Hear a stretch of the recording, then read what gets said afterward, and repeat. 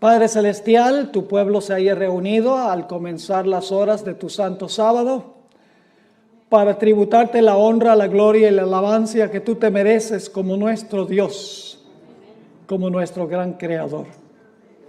Te pedimos, Señor, que al abrir tu santo libro, tu Santo Espíritu acompañe a tu pueblo. Acompaña especialmente a las visitas en nuestro medio, que puedan comprender el mensaje, recibirlo en el corazón y tomar la decisión de obedecer lo que tú nos enseñas. Gracias te damos por la promesa de tu compañía. Reclamamos esa promesa en el precioso nombre que sobre todo nombre, el nombre de Cristo Jesús. Amén. La Iglesia Adventista del Séptimo Día tiene un concepto de eventos finales muy diferente que todas las demás iglesias. Hay muchas diferencias entre la escatología adventista. Escatología significa los eventos finales que concibe la Iglesia Adventista y los conceptos que tienen otras iglesias. Esta noche, para comenzar, voy a compartir una de esas divergencias entre la Iglesia Adventista y la mayoría de las iglesias, por lo menos las iglesias carismáticas, las iglesias pentecostales evangélicas. La mayoría de los cristianos hoy en día creen que se pueden preparar para la venida de Jesús hasta que Él venga. Pero la Iglesia Adventista cree, en armonía con la Biblia, y lo vamos a comprobar esta noche y también mañana en nuestro tema, que la puerta de la gracia para este mundo se va a cerrar antes que Cristo venga. Todos los casos se van a decidir antes que Jesús venga. Se va a cerrar la puerta de la oportunidad, se va a cerrar la puerta de la gracia. Luego va a pasar un periodo que se conoce como el tiempo de angustia. Y solo después del tiempo de angustia regresará Cristo en poder y gloria para reclamar a su pueblo. Es decir, la Iglesia Adventista, en armonía con la Biblia, enseña que si no estamos listos para cuando se cierre la puerta de la gracia, no vamos a estar listos para la segunda venida de Jesús. Ahora ustedes dirán, pastor, ¿a dónde enseña la Biblia este concepto? Antes de compartir 11 ejemplos de la Biblia, de los cuales vamos a estudiar algunos esta noche y algunos mañana, permítame mencionar que en todas las historias que vamos a examinar hay varios comunes denominadores, es decir, elementos que tienen estas historias en común. En primer lugar, en cada una de las historias hay un remanente fiel. En cada una de estas historias hay enemigos del remanente fiel. En cada una de estas historias hay un tiempo de angustia para el remanente fiel porque los enemigos quieren acabar con ellos, los aborrecen. En cada una de las historias encontramos que la fe de los fieles de Dios es severamente probada en el tiempo de angustia.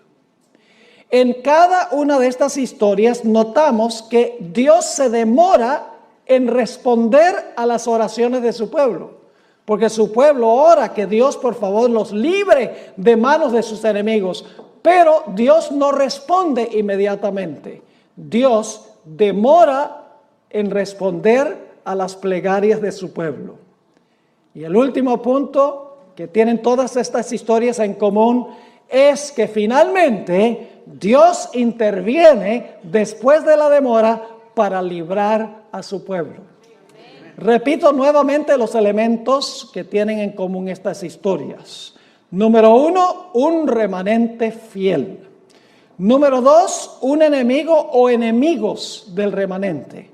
Número 3, por la enemistad de los enemigos, el pueblo de Dios pasa por un terrible tiempo de angustia. Su fe es severamente probada.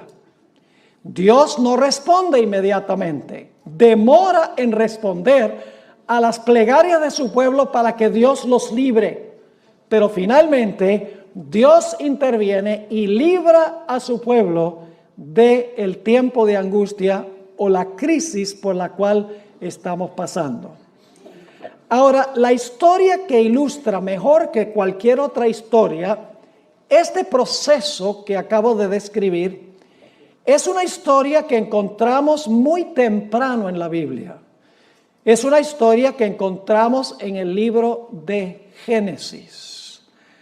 Ahora, no voy a contar toda la historia porque no es posible cubrir todos los detalles. Tengo una presentación de 1 hora nada más sobre este punto específico, pero les voy a cubrir los puntos principales. Ustedes recuerdan que antes del diluvio Dios llamó a Noé para que predicara un mensaje al mundo antediluviano. Su mensaje dividió al mundo en 2 grupos. Los que aceptaron el mensaje, que fueron todos los miembros de su familia, y los que rechazaron su mensaje. Es decir, la predicación de Noé dividió a la raza humana en 2 grupos, los salvos y los perdidos. Cuando Noé terminó de predicar su mensaje, después de 120 años, algo extraordinario sucedió. Se encuentra descrito en Génesis 7 y el versículo 16. Génesis 7 y el versículo 16. Dice allí, ¿qué sucedió cuando Noé terminó su predicación? Hablando de los animales que vinieron al arca, dice, y los que vinieron, macho y hembra de toda carne vinieron, como le había mandado Dios, y Jehová le cerró la puerta. ¿Qué hizo Jehová? Cuando Noé terminó de predicar, Jehová le cerró la puerta. Y apenas se cerró la puerta, comenzó a llover. No. Eso no lo dice la Biblia. Yo pregunto, ¿pasó un tiempo entre cuando se cerró la puerta y cuando comenzó a llover y vino la destrucción? ¿Cómo no? Ahora, durante ese tiempo, ¿los que estaban perdidos se podían salvar? ¿Y los que se salvaron se podían perder? ¿O todos los casos estaban decididos cuando se cerró la puerta? Todos los casos estaban decididos cuando se cerró la puerta. La destrucción sencillamente destruyó a los que estaban afuera cuando se cerró la puerta. ¿Me están entendiendo? Ahora, hablemos unos momentos de lo que sucedió durante el periodo entre cuando se cerró la puerta y todos los casos estaban decididos y cuando vino la destrucción o comenzó a llover. Yo pregunto, ¿creen ustedes que los que estaban dentro del arca, su fe fue severamente probada por cada día que pasó? ¿Hubo una demora en Dios responder? ¿Cómo no? Imagínense, pasa un día, cielo azul. 2 días, ni una gota. 3 días, radiante el día. 4 días, 5 días, 6 días, 7 días. Porque pasaron 7 días, el 8º día fue cuando comenzó a llover. Y los que estaban afuera, ¿cómo se portaron durante esos 7 días? ¿Creen que cada día se portaron peor que el día anterior? Lógicamente, los enemigos estaban afuera burlándose de los que estaban adentro y los de adentro, su fe estaba siendo severamente ¿qué? Probada. Los que estaban afuera burlándose no sabían que estaban perdidos y los que estaban adentro sabían por la promesa de Dios que iban a ser preservados, pero hubo una demora en Dios intervenir para librarlos. Es decir, hay un periodo de tiempo entre cuando se cierra la puerta, termina la predicación, ya nadie se puede salvar, y cuando finalmente viene la destrucción. Ahora ustedes dicen, pero ¿será que al final de la historia va a pasar lo mismo? Vamos a ver lo que dijo Jesús. Mateo 24 y el versículo 37 al 39. Mateo 24 y el versículo 37 al versículo 39. Aquí Jesús nos va a decir qué importancia tiene esta historia para el tiempo del fin. dice allí Jesús, mas como en los días de Noé, así será la venida del Hijo del Hombre. ¿Qué eventos está comparando Jesús? Lo que pasó allá va a suceder aquí, está diciendo Jesús. Sigue diciendo, porque como en los días antes del diluvio, estaban comiendo y bebiendo, casándose y dando en casamiento, es decir, estaban llevando a cabo su vida rutinaria. Ahora viene una palabrita muy importante, hasta, es una palabra que marca un momento de tiempo, dice, estaban haciendo esto hasta el día en que Noé, ¿qué? Entró en el arca. Pero ahora fíjense lo que sigue diciendo. Y no entendieron, ¿quiénes no entendieron? Los que estaban afuera, muy bien. Y no entendieron hasta que vino el diluvio. ¿Qué no entendieron entre cuando se cerró la puerta y vino el diluvio? Los que estaban afuera, ¿qué no entendieron? ¿Qué no supieron? Que estaban perdidos, pero siguieron viviendo durante ese periodo.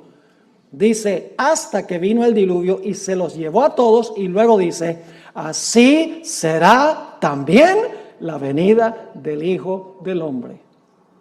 ¿Se va a cerrar la puerta de la gracia antes que Jesús venga? Seguro. En el mundo va a haber un grupo de personas que no van a saber que están perdidos. Va a haber un grupo cuya fe será severamente probada. Pasará el pueblo de Dios por un tiempo angustioso donde sus enemigos se van a burlar de ellos. Finalmente Dios intervendrá para librar a su pueblo cumpliendo su palabra. ¿Cómo no? Ahora permítame ilustrarlo de otra forma. Jesús dijo que Él iba a venir como ladrón en la noche. Compara su venida con la venida del ladrón en la noche. Ahora, mucha gente, inclusive creo yo la mayoría de los adventistas, creen que la venida de Cristo como un ladrón es la segunda venida de Jesús. Pero la venida de Jesús como ladrón no es la segunda venida de Cristo. Permítame ilustrar lo que quiero decir. Es una noche muy fría en San Diego. Yo me imagino que ustedes tienen noches bien frías aquí de vez en cuando, ¿verdad? En diciembre, en enero posiblemente, donde sopla el viento y está frío, entra esa neblina del Pacífico. ¡Wow! Y han trabajado todo el día y llegan a la casa, se comen una buena cena, se sientan en la silla favorita a ver las noticias en la televisión, se quedan como medio dormidos y dicen, me voy a ir a acostar porque estoy cansado. Y entonces va la persona, se acuesta, y apenas se acuesta y se pone las cobijas encima, que está calientico, y ha bajado el termostato de la casa, porque uno duerme mejor con el termostato bien bajo. La persona dice, se me olvidó trancar la puerta. Y estoy aquí debajo de esta cobija calientico, sabroso. Qué flojera me da salirme de debajo de la cobija para ir a trancar la puerta. Y la persona dice, al fin y al cabo yo llevo viviendo en esta casa 25 años y nunca ha llegado el ladrón. Y se queda con las cobijas puestas. A medianoche, porque Jesús dijo que vendrá como un ladrón a medianoche. A medianoche, a que no adivinan quién llega. El ladrón llega, exactamente. Y el que está en la casa está ¿qué? Durmiendo. No sabe que el ladrón ha venido. Y el ladrón entra a la casa y se roba la cámara de video, se roba el celular, se roba el dinero que consigue, mejor dicho, se roba todo lo que tiene valor y se va. Los que están adentro de la casa no saben que el ladrón ha venido. ¿Cuándo descubren los que están en la casa que el ladrón hizo una visita? Cuando se despiertan por la mañana, pero ya para ese momento es demasiado tarde. Cuando Jesús dice que Él va a venir como ladrón, lo que está diciendo es que Él va a cerrar la puerta de la gracia y si no estamos velando, si no estamos listos, seremos tomados por sorpresa y solamente cuando Cristo venga nos daremos cuenta que estamos perdidos. ¿Me están entendiendo lo que estoy diciendo? Y ahora escuchen bien lo que voy a decir. Muy importante. Tenemos un momento en la historia de este mundo cuando se va a cerrar la puerta de la gracia para todos los seres humanos. Pero si usted se llega a morir esta noche, su puerta se cerró. Su puerta individual. Porque la Biblia dice que Dios establece que el hombre muere una vez y después de eso viene el juicio.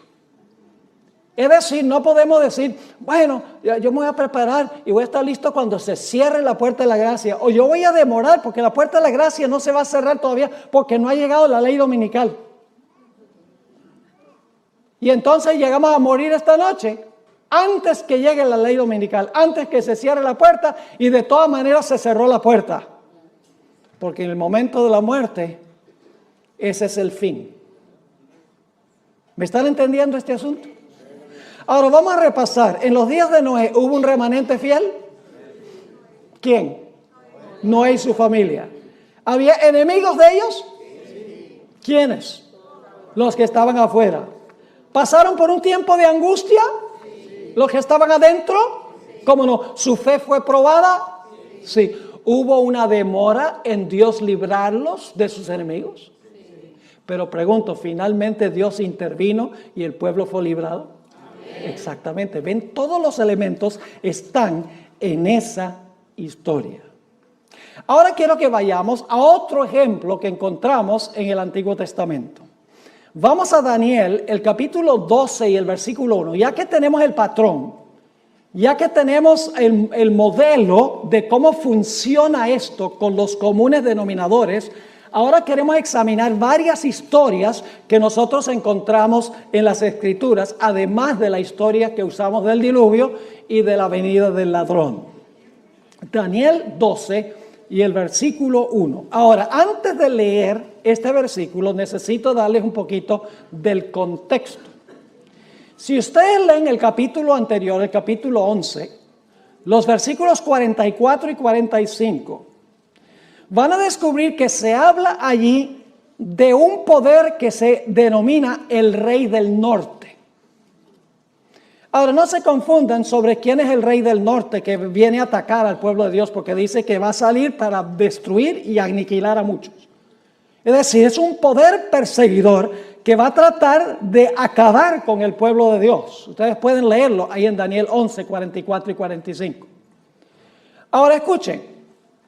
En la Biblia, este poder perseguidor se describe con diferentes nombres.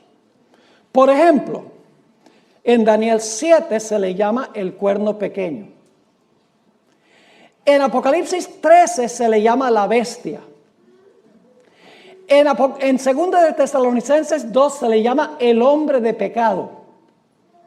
En 2 de Tesalonicenses, en Mateo 24 se le llama la abominación asoladora. En Apocalipsis 17 este poder se le llama la ramera. Y en 1 de Juan, el capítulo 2, se le llama el anticristo. Todos esos nombres se aplican al mismo sistema. Son perspectivas distintas del mismo sistema. Así que el Rey del Norte es lo mismo que el cuerno pequeño o la bestia. La abominación asoladora, la ramera, el hombre de pecado. Todos son nombres que describen el último poder que va a perseguir y oprimir al pueblo de Dios. Y ya hemos estudiado en cuanto al cuerno pequeño y la bestia. Y hemos visto que el cuerno pequeño y la bestia representan ¿qué poder? Representan el papado. Exactamente, lo cubrimos en detalle examinando estas profecías matemáticamente. Así que viene el Rey del Norte, el enemigo final del pueblo de Dios, y los versículos 44 y 45 del capítulo 11 dice que va a salir para destruir y aniquilar al pueblo de Dios. Pero cuando está a punto de hacerlo, tenemos lo que se describe en Daniel 12 y el versículo 1. Dice allí, en aquel tiempo, es decir, cuando el Rey del Norte sale para destruir al pueblo de Dios, se levantará Miguel. ¿Qué va a pasar cuando el pueblo de Dios esté siendo perseguido finalmente? ¿Qué va a pasar? ¿Se va a levantar quién? Miguel. Se va a levantar Miguel. Ahora, ¿quién es Miguel? Hay mucho debate en el mundo teológico sobre quién es Miguel. No hay necesidad de debatir quién es Miguel, porque Miguel es un nombre que se le atribuye a Cristo Jesús. El nombre Miguel significa ¿quién es como Dios? También se conoce como el arcángel Miguel. Ahora escuchen bien, Jesús no es un ángel. Jesús es un mensajero. La palabra ángel significa mensajero. Jesús se llama Miguel, pero Jesús es eterno Dios, según la Sagrada Escritura. Pero Miguel es uno de los nombres de Jesús. Es el arcángel del pacto. Es el arcángel que resucita a los muertos a la segunda venida. Vendrá con la voz del arcángel y con trompeta de Dios. Es el que resucita a los muertos. Y todos sabemos que ese es ¿quién? Ese es Cristo Jesús. Así que cuando el rey del norte, el último poder, sale a destruir al pueblo de Dios, dice, se levantará Miguel. Ahora, ¿qué significa eso? Se levantará Miguel. ¿Qué significa la palabra se levantará? Tenemos que regresar al capítulo 11 para entender qué significa se levantará Miguel.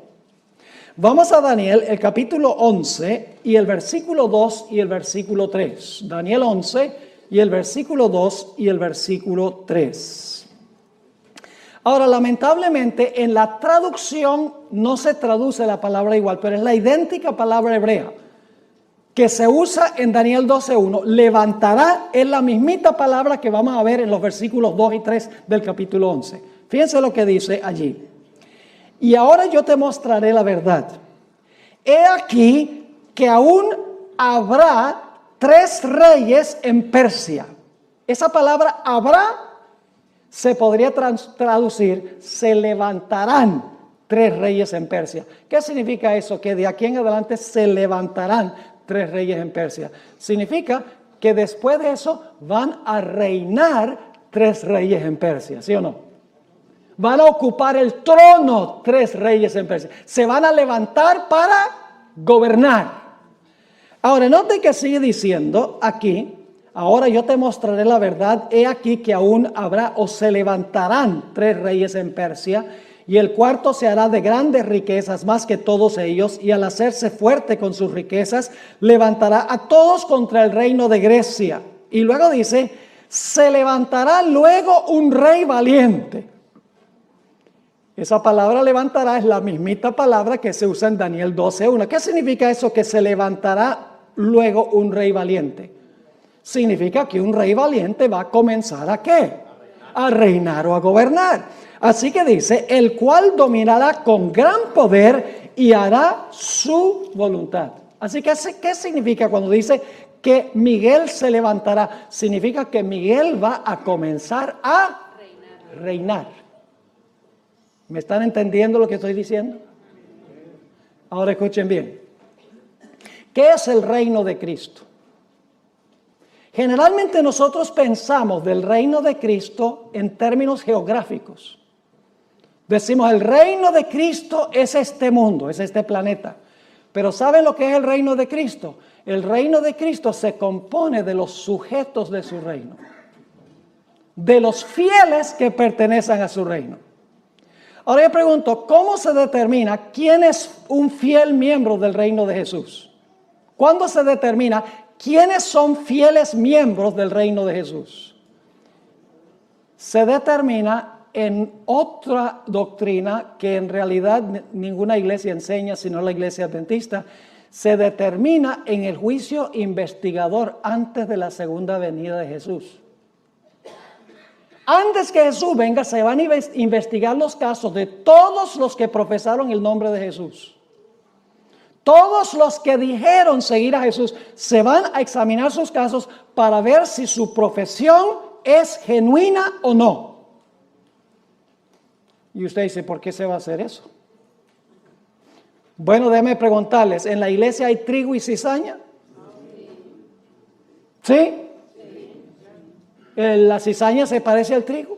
Sí. ¿Las cizañas son personas que profesan servir a Jesús? Sí. Entonces, ¿en algún momento hay que distinguir entre el trigo y la cizaña? Sí. ¿En la iglesia hay vírgenes sabias y vírgenes fatuas? Sí.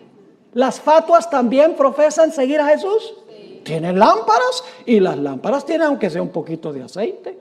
Lo que no tienen es aceite extra. Yo pregunto, ¿en la iglesia hay buenos peces y malos peces? Sí. Jesús usó la parábola de la pesca.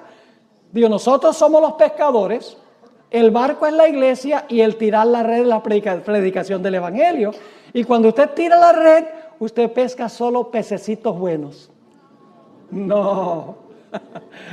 En la iglesia hay peces buenos y peces malos. ¿Hay que hacer alguna separación?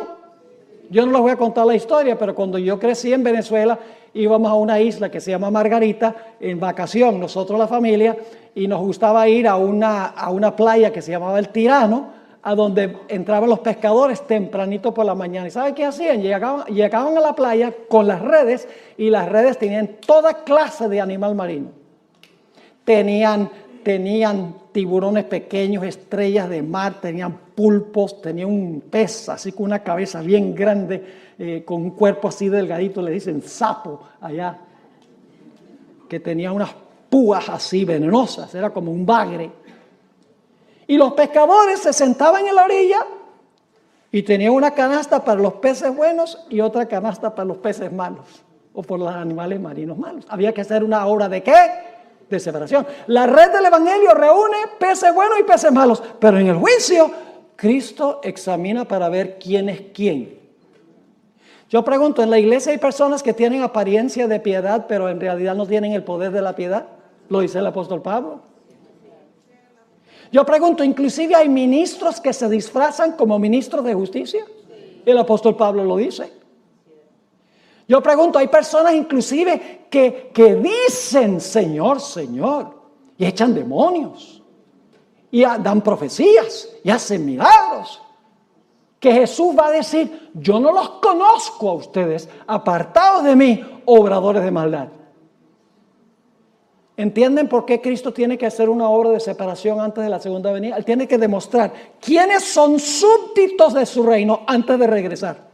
Y cuando haya mostrado en el juicio quiénes en verdad son miembros de su reino está completo y se cierra la puerta de la gracia. Así que el levantarse de Miguel, que se menciona aquí, sencillamente significa que Jesús ha terminado su obra de juicio en el santuario celestial. Todos los casos están decididos para vida o para muerte. Y ahora Jesús se va a levantar para reinar sobre su reino. Porque su reino, sus súbditos están ¿qué? Completos. Pero yo pregunto, ¿los súbditos de Jesús van a pasar por un tiempo de angustia aún cuando se cierre la puerta? Vamos otra vez a Daniel 12:1 para que ustedes vean. Dice, en aquel tiempo se levantará Miguel porque su reino está completo. Se ha mostrado quiénes son los súbditos de su reino en el juicio. Dice, el gran príncipe que está de parte de los hijos de tu pueblo, es decir, es el defensor de su pueblo. ¿Y qué va a suceder? Después que se levanta, después que se cierre la puerta, que Cristo comienza a reinar, ¿qué va a suceder? Dice, y será tiempo de angustia. ¿Va a pasar el pueblo de Dios por el tiempo de angustia? ¿Sí o no? Según este texto, el pueblo de Dios va a pasar por el tiempo de angustia. ¿Qué enseñan hoy las iglesias evangélicas? Enseña que cuando Cristo venga en el rapto, se va a llevar a todos los fieles al cielo. Y aquí van a quedar nada más los judíos para sufrir, como si no han sufrido suficiente ya. Para ellos, el pueblo de Dios no va a pasar por el tiempo de angustia y por lo tanto cuando se encuentren en el tiempo de angustia no van a tener la fe necesaria para pasar por ese periodo. Porque si usted no cree que va a pasar por un tiempo de angustia, usted no se va a preparar. Por ejemplo, si el servicio climático le dijera a usted que va a haber un huracán en la Florida, ¿usted se prepara en San Diego? No, pues no va a pasar en San Diego. ¿Me están entendiendo lo que estoy diciendo? Si usted no cree que va a pasar por el tiempo de angustia, ¿para qué se va a preparar para ese evento? La mayoría de los seres humanos serán tomados por sorpresa durante el tiempo de angustia sin ninguna preparación. Y muchos adventistas también. Así que dice, será tiempo de angustia cual nunca fue desde que hubo gente hasta entonces. Pero aquí viene la buena nueva. Sí, el pueblo de Dios va a pasar por el tiempo de angustia, pero Cristo se va a levantar para defender a su reino. Porque dice, pero en aquel tiempo será que libertado tu pueblo, todos los que se hallen escritos, ¿dónde? Todos los que se hallen escritos en el libro. ¿Cuándo fue que fueron confirmados en el libro? ¿Cuándo fueron confirmados en el libro, creen ustedes? Durante el juicio. Eso demuestra que hubo un juicio. Y se confirmó su nombre en el libro de la vida. Y usted dice, pastor, ¿se confirmó? Sí, porque cuando nosotros recibimos a Cristo Jesús como Salvador personal, cuando profesamos a Jesús, Jesús anota nuestro nombre en el libro de la vida. En ese momento Jesús no se pone a mirar si la profesión es genuina o no. Sencillamente acepta nuestra palabra, de que vamos a seguir a Jesús, vamos a ser siervos de Jesús. Jesús anota el nombre en el libro de la vida. En el juicio se examina la vida de la persona para ver si su profesión es genuina o no. Yo pregunto, una vez que una persona ha sido perdonada, ¿se le puede revocar el perdón? ¿Una persona puede ser salva y luego perder la salvación? Las iglesias, muchas iglesias protestantes dicen, no, una vez salvo, siempre salvo. La Biblia no enseña eso. ¿Te recuerda la parábola de los dos deudores? Parábola interesante esta de los dos deudores. Había un hombre que debía 10,000 talentos, una suma que era imposible pagar. Había desfalcado los fondos del dueño, es decir, le había robado a su maestro, a su amo. Y el amo dice, ven acá. Este es el juicio, ven acá. Y examina y dice, mira, tú me debes 10,000 talentos, págame. Dice, yo no tengo con qué pagar. Dame tiempo y te pago. ¿Qué tiempo? Aunque te dé 1,000,000 de años, no tienes para pagar eso. Es una deuda impagable. Y el hombre llora y clama y dice, por favor, perdóname la deuda. O dame tiempo y yo pago la deuda. Finalmente, como clama al dueño, el dueño le dice, mira, voy a hacer algo mejor porque tú clamaste por misericordia y yo te voy a perdonar la deuda. Y él dice, así nomás, sí, porque clamaste a mí, la deuda queda cancelada. ¡Wow! Este hombre dice, fabuloso. Y sale saltando del lugar, sale contento. Me perdonó una deuda que yo no podía jamás pagar. Y cuando sale por la puerta encuentra un individuo que le debe 100 denarios. El equivalente de 100 días de trabajo. El jornal era un denario. Y se lo encuentra y le dice, mira, tú me debes 100 denarios, págamelos. Y este individuo hace lo mismo, clama y dice, ay, por favor, dame tiempo que yo te lo pago. Y dice, ¿qué tiempo? Págame ahora. Y dice la Biblia que lo agarró por el cuello y lo estaba ahorcando para que le pagara los 100 denarios. Pues resulta que los siervos del amo, que representan los ángeles, fueron allá y le dijeron al Señor, mire, ¿sabe lo que pasó con ese hombre que tú perdonaste esa deuda que él no podía pagar? Él se encontró un compañero que le debía dinero que se podía pagar y no lo quiso perdonar. Y el Señor dice, tráigame a ese reo acá. Y lo trae. Y le dice, tú no eres el que yo te perdoné una deuda grande que tú no podías pagar porque clamaste a mí. Ah, sí, como no, muchas gracias. Y dice, ¿qué es esto que yo oigo de ti? Que si yo te perdono una deuda grande que no podías pagar porque clamaste a mí, tú no eres capaz de perdonarle una deuda a uno que te debe mucho menos porque clama a ti. Perdona nuestras deudas como nosotros perdonamos a nuestros deudores. Y dice que le revocó el perdón. Le revocó el perdón y lo mandó a la cárcel hasta que pagara todo lo que debía y seguro murió en la cárcel. ¿Están entendiendo? Ese hombre tenía lágrimas de cocodrilo. Él no estaba arrepentido por haberle robado a su amo. Estaba triste por el castigo que le iba a tocar. Y se demostró por la forma en que trató a sus semejantes. ¿Están entendiendo este asunto? Así que, mis queridos hermanos y hermanas, Cristo va a librar a su pueblo, todos los que están escritos en el libro, cuyos nombres son confirmados en el libro, en el juicio, a donde se examina a cada profeso seguidor de Jesús. Ahí está en Daniel 12 y el versículo 1. Ahora, quiero que recuerden la palabra libertado. En aquel tiempo será libertado tu pueblo.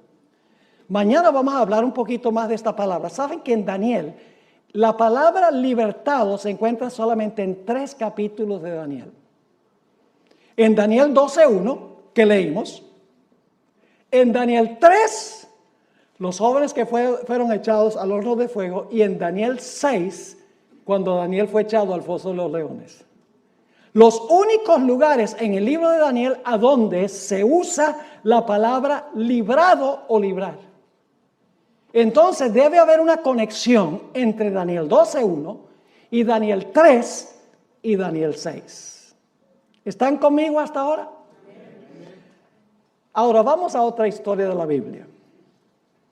Recuerden nuevamente los elementos comunes. Un remanente que fiel. Enemigos. Un tiempo de angustia. La fe del fiel Hijo de Dios es probada. Dios se demora en responder la plegaria de su siervo y finalmente su siervo es librado. Ahora vamos a estudiar la vida de Jacob, porque ustedes saben que esto se llama el tiempo de angustia de Jacob. Pues si se llama el tiempo de angustia de Jacob, ¿a dónde tenemos que ir para entender el tiempo de angustia de Jacob? Pues sería bueno ir a la historia de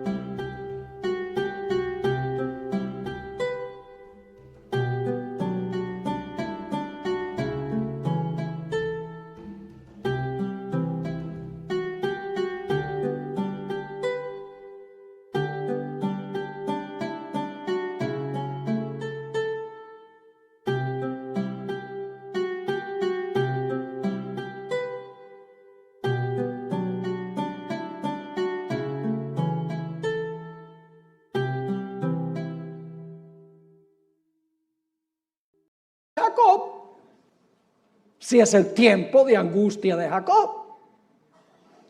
La historia de la angustia de Jacob se encuentra en Génesis 32. Vayan conmigo a Génesis 32 y les voy a compartir algunos detalles. Por la premura del tiempo no podemos cubrir toda la historia, pero les voy a dar los puntales, los puntos más importantes. En esta historia, Jacob estaba regresando a su hogar después de 20 años de ausencia por haber engañado a su padre y robado la primogenitura a su hermano. Cuando se está acercando a su hogar perdido por causa de su pecado, escucha que su hermano Esaú, a quien le robó la primogenitura, está viniendo contra él con 400 hombres armados hasta los dientes, con el fin de destruir a Jacob y a su familia por lo que Jacob había hecho 20 años antes. Jacob temía que su pecado había sido tan grande que Dios no le podía garantizar protección, que su pecado era tan inmenso ante la vista de Dios que Dios no iba a poder cumplir su pacto para con él y protegerlo de la ira de su hermano.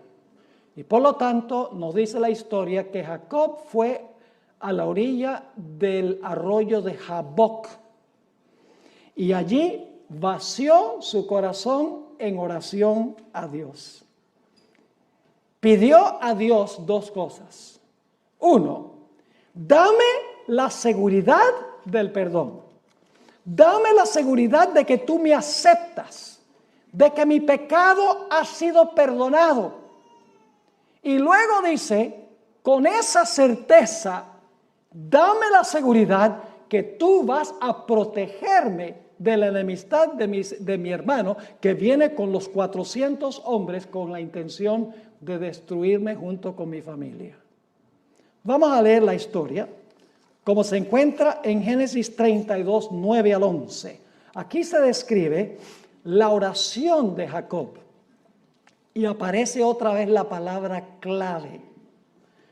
Dice allí, y dijo Jacob, Dios de mi padre Abraham y Dios de mi padre Isaac, Jehová, que me dijiste, vuélvete a tu tierra y a tu parentela, y yo te haré bien. Y luego noten lo que dice Jacob.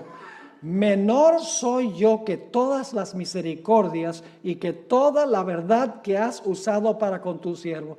Jacob está diciendo, Señor, yo no soy digno de que tú me perdones ni de que tú me aceptes.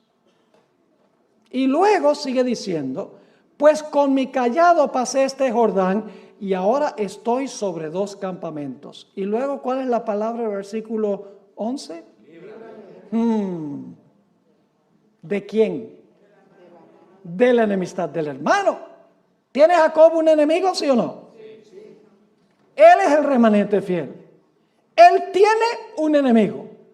Está pasando por un tiempo severo de angustia, vaciando su oración a Dios para tener la certeza del perdón y la protección de Dios contra su enemigo. Sí. ¿Dios contesta la oración inmediatamente?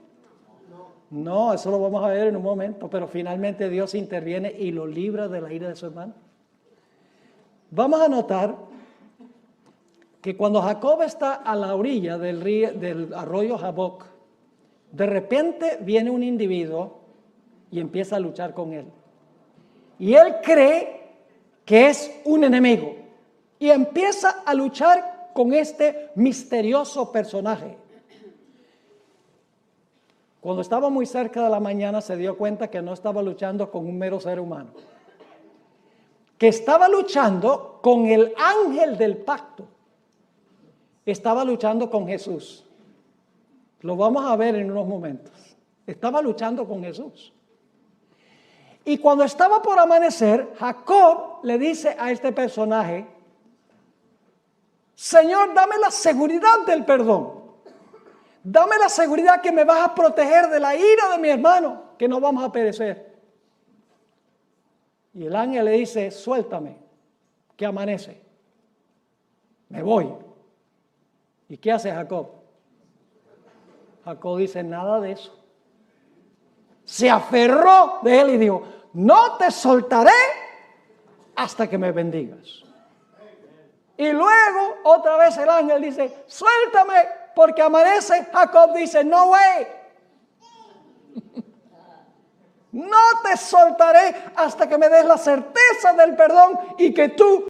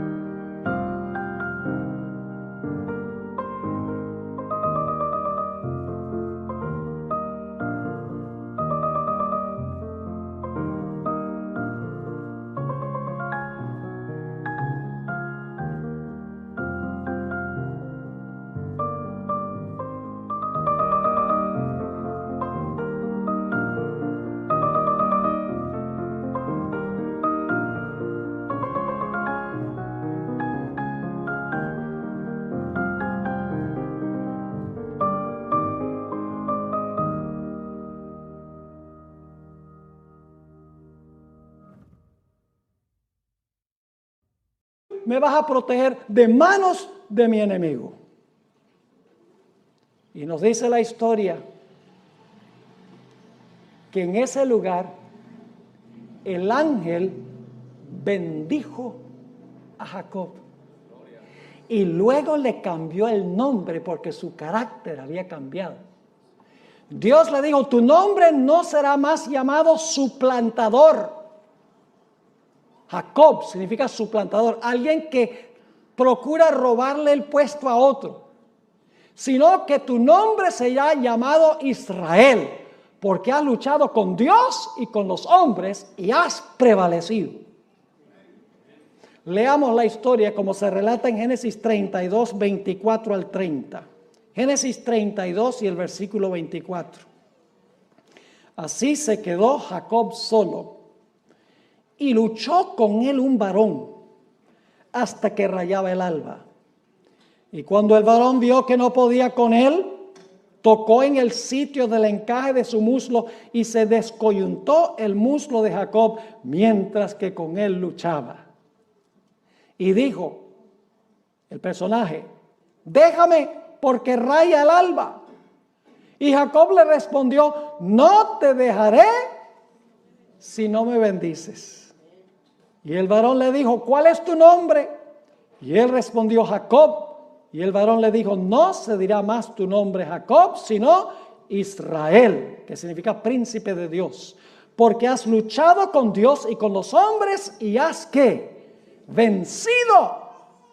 Entonces Jacob le preguntó y le dijo, declárame ahora tu nombre. Y el varón respondió, ¿por qué me preguntas por mi nombre? Y lo bendijo allí.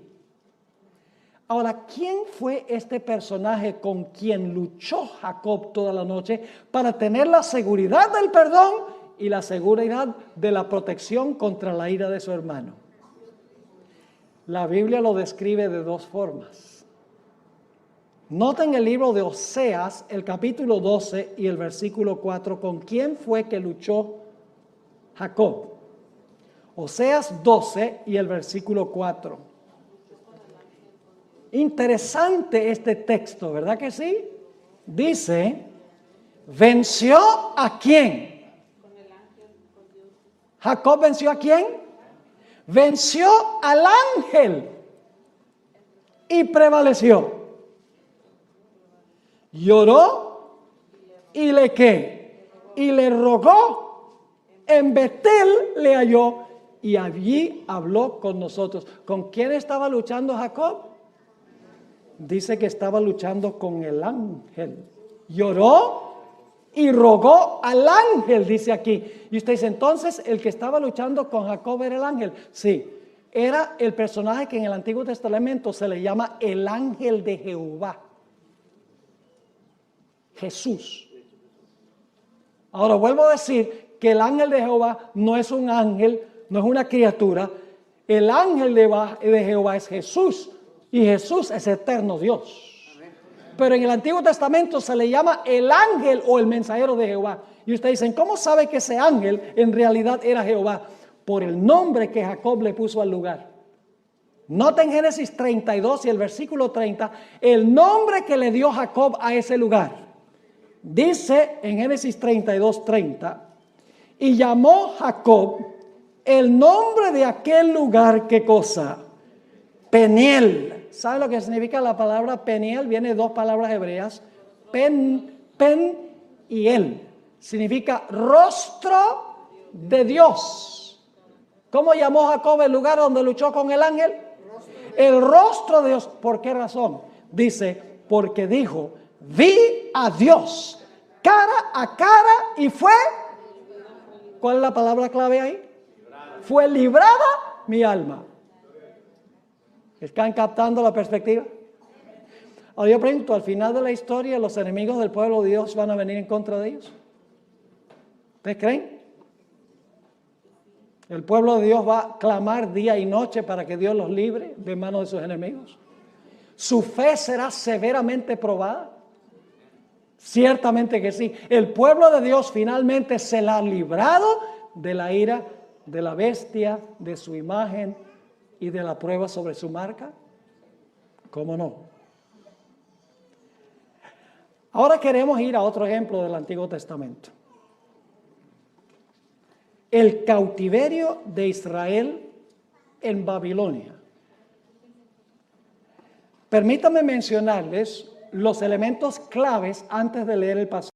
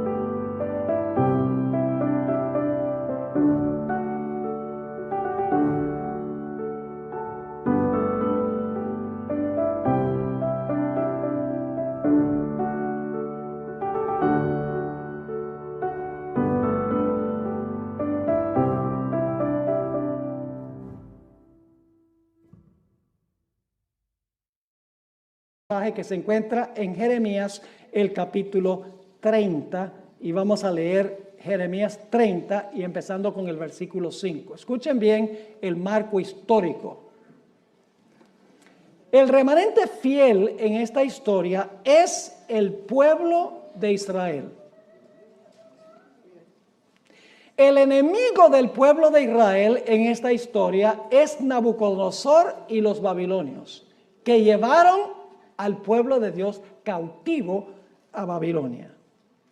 El tiempo de angustia que pasó el pueblo fueron los 70 años que pasaron allí cautivos en Babilonia, bajo el mando de su enemigo, Nabucodonosor, y de los babilonios. Yo pregunto, ¿se demoró Dios en librarlos? Se demoró 70 años, ¿sí? ¿Fue un tiempo de agonía para el pueblo de Dios mientras estaban cautivos? ¿Cómo no? ¿Su fe fue severamente probada? Sí. Pero finalmente Dios intervino y libró a su pueblo del cautiverio a Babilonia y al rey Nabucodonosor. Vamos a leer el pasaje como se encuentra en Jeremías 30 y el versículo 5. Porque así ha dicho Jehová: hemos oído voz de temblor, de espanto y no de paz. Inquirid ahora y mirad si el varón da a luz. Sabemos que el varón no da a luz, pero estos dolores del pueblo son tan grandes que parecen dolores de una mujer en parto. Inquirid ahora y mirad si el varón da a luz, porque he visto que todo hombre tenía las manos sobre sus lomos, como mujer que está de parto, y se han vuelto pálidos todos los rostros. ¿Pueden captar la agonía y el sufrimiento que se describe aquí? El dolor que está pasando el pueblo de Dios porque están cautivos. Y luego dice en el versículo 7, cuán grande es aquel día, tanto que no hay otro semejante a él. ¿Recuerdan Daniel, el capítulo 12:1, donde dice que tiempo de angustia cual no se ha visto jamás? Aquí está la expresión, que no hay otro semejante a él. Y luego, ¿cómo se llama este tiempo? Tiempo de angustia, ¿para quién? Para Jacob. Ahora es el pueblo, porque en este tiempo Jacob estaba muerto. Jacob es un sinónimo del pueblo de Israel. Dice, tiempo de angustia para Jacob, pero ahora escuche la palabra clave otra vez. Pero de ella será librado. ¿Están viendo en todas estas historias el tema clave? Mas será librado. En aquel día, dice Jehová de los ejércitos, yo quebraré su yugo de tu cuello, es decir, del enemigo. Voy a quebrar su yugo de tu cuello y romperé tus coyundas. Y extranjeros no lo volverán más a poner en servidumbre, sino que servirán a Jehová su Dios y a David su rey, a quien yo les levantaré. Eso no puede ser el David literal, porque David ya estaba muerto. Está hablando de quién va a reinar sobre su pueblo. No David, sino el hijo de David, que es ¿quién? Cristo Jesús. Vamos a notar otro panorama que da la Biblia. Mateo 24 y el versículo 21 y 22. Hermanos y hermanas, nosotros ni siquiera nos imaginamos cómo va a ser ese periodo. Nosotros ahora vivimos más o menos cómodos. Tenemos nuestra casita, tenemos 1 o 2 carros, tenemos algo de dinero en el banco, tenemos ropa, tenemos libertad para movilizarnos de un lado para otro, podemos reunirnos libremente en la iglesia. Todo eso va a llegar a su fin. El pueblo de Dios lo va a perder todo, lo vamos a ver en la próxima historia que voy a cubrir. Y el pueblo de Dios va a tener que huir y dejarlo todo. ¿Está usted dispuesto a dejarlo todo? Me hace pensar de algunos adventistas que dicen, pastor, a mí no me alcanza el dinero para diezmar. No me alcanza. Y yo les digo, mire, yo tengo una fórmula donde siempre les alcanza diezmar. Diezmen primero. Y cuando digo eso dicen, ay, pero si diezmo primero no me alcanza para pagar las cuentas. Entonces, usted por pagar las cuentas le va a robar a Dios. Y saben que muchos de esos mismos que dicen, no me alcanza el dinero para diezmar, dicen, pero el día que lo tenga que entregar todo por Cristo, lo entrego todo. ¿Y qué le hace a usted pensar que si no está dispuesto a devolverle a Dios el 10%, de repente le va a devolver la vida?